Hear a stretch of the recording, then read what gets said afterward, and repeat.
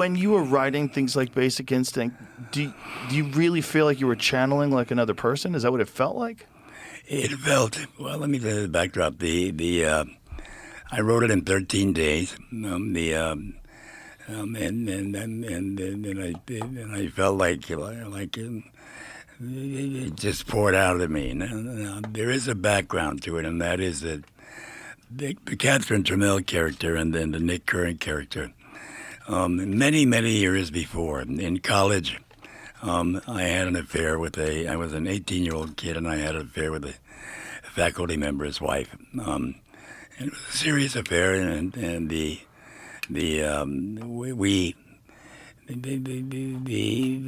she was sophisticated, smart, beautiful, sassy, exactly the kind of woman I've always fallen for, and and she had a profound effect on me. Now at the end of the year, she moved on, and I discovered that there was a different student that she was with each year, and that her husband looked the other way. How old was she? 39. And when I was 18, I was a very green 18 because I grew up an ethnic immigrant kid.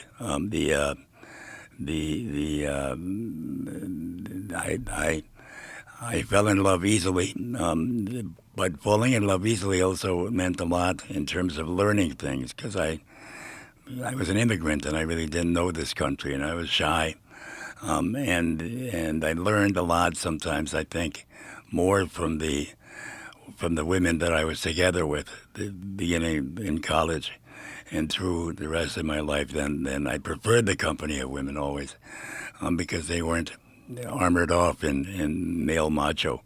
Right. But anyway, she was stuck there in my memory. And then when I was a police reporter, almost a decade and a half later, a decade later, at the Plain Dealer, I had a buddy who was a cop that I liked very much, who had been involved in 3 or 4 shootings. And when we got to know each other and we spent time drinking together, and we did a lot of that, I started wondering if he really liked the shootings. Was it an itchy trigger finger, or did he just get off on it?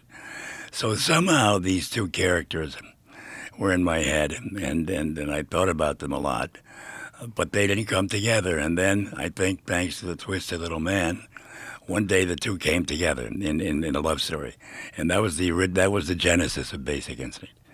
And by the time I wrote it, I had thought about it subconsciously and directly for a long time. I would wake up in the middle of the night and jot notes down, which happens to me sometimes when I'm very involved in a script.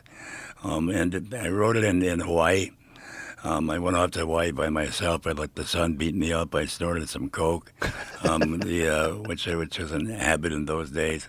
And after 13 days of all of that, and the other thing I did was listen to the Stones all the time. I loved the Stones. I loved the blues from the time I was an immigrant kid, and the Stones just blew everything else out during that period of time for me. So I listened to that at the end of 13 days. I had the script. Then I went back home to Marin. Typed it up, almost sent it to my agent with the title Love Hurts, and I was going out the door. The Twisted Little Man had another thought, and I raced back inside and wrote the words Basic Instinct, sent it to my agents. They auctioned it. 10 days later, my main agent, Guy McElwain, who became my big brother, and one of the people I really loved in life, everybody bid on it. It wound up selling for a record $3 million. And then it became a towering hit. To this day, it trends. It's now gotten, the critics at the beginning were critical, mildly critical. No, actually, the critics were really after the movie. And then through the years, the critics have had a change of mind. And isn't that funny? yeah, the woman named Camille Paglia, who was a main feminist critic, who went up against the movie very strongly recently, not recently, but in the past 5 or 10 years, has come around and said that the movie is the example. It's a post-feminist classic, she says, and it's about women who don't have to hide their sexuality.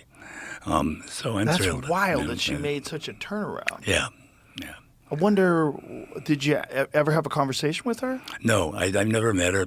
She teaches somewhere on the East Coast, and she has a towering reputation, but I never met her.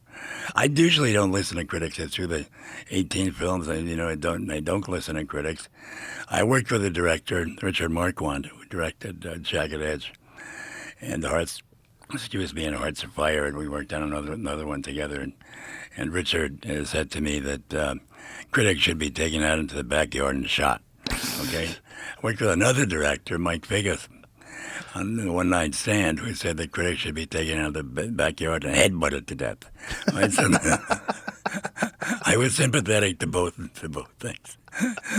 It's so wild that your views were formed by this relationship that you have when you're 18 with an older, horny, smart lady who's like, kind of wild. Yes. And then a cop Yes. who might have been a shady cop. Yes. And how the two came together in this twisted thing called creativity, and they come out of this maelstrom. Now, the other thing I'm sure was an influence is by the time I did that, I'd been through 4 years of police beat experience covering cops, 2 in Dayton, Ohio, and 2 in Cleveland. And that consisted of, at that point, driving around in a company car that got the police radio and responding to whatever was going on. On occasion, you got there before the cops got there.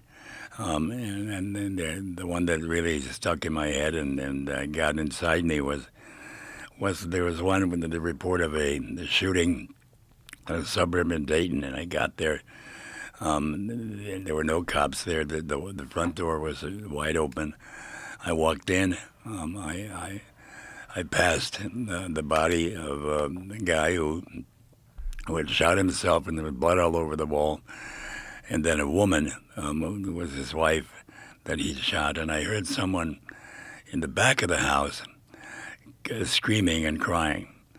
And then I went back there. And the thing that really got to me is she was screaming and crying in Hungarian.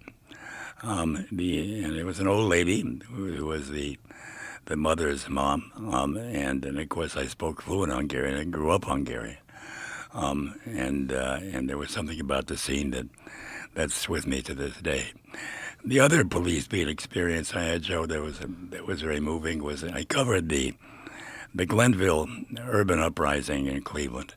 It was a big one, and there were I think 6 or 7 policemen shot and killed. I was crouched behind a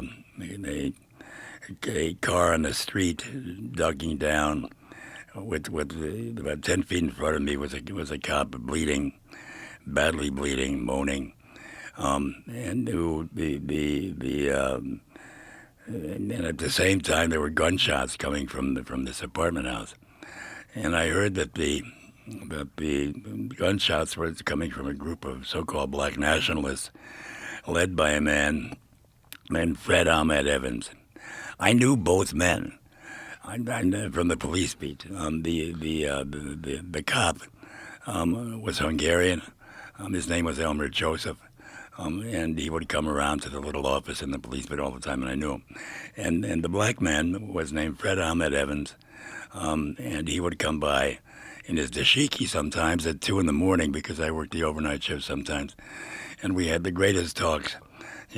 Drank a lot of beer, smoked a lot of dope, and got to be pals. And he was leading the group of black nationalists, and who were shooting these policemen. And I was behind this car's wheels, a few feet away from the whole shit. Whoa. And I found the whole thing so frightening and so disturbing that I pissed my pants. Jesus Christ. So the 4 years of police, there were other incidents I covered. The urban uprisings in Detroit, 2 in Cleveland, and 1 in Newark. I was very involved in the civil rights movement. That's what I did. I covered whatever was breaking, and much of it was dark stuff. So by the time that hookup happened between Catherine Trammell and Nick Curran, there was a lot that went into it. Yeah, I could imagine. Like what? the insane life experience to be able to see all those different crime scenes and witness all that. And What happened was that I happened to pick a field that journalism, I thought, and so did Hunter. One of the things we became friends. We were both poor kids, and we both dreamed of being novelists. me and Hunter Thompson. Yeah, Hunter Thompson. And the way that we chose to begin that was by doing journalism, because no one made a living writing novels, and we both had to make a living. So the Hunter wrote stuff for the National Enquirer and then moved on to Rolling Stone and all of that. And I did it on a local level. And that put us into a culture that was exploding. The American society was exploding. The black situation vis-a-vis white racism was horrendous. So there was a dynamic in the country that we were on top of because of what we did. So I saw a lot. I saw a lot in the refugee camps because I began my 7 years in refugee camps in Austria, and then grew up dirt poor in an urban city. I saw a lot of stuff there as well that was dark and moving and profoundly effective.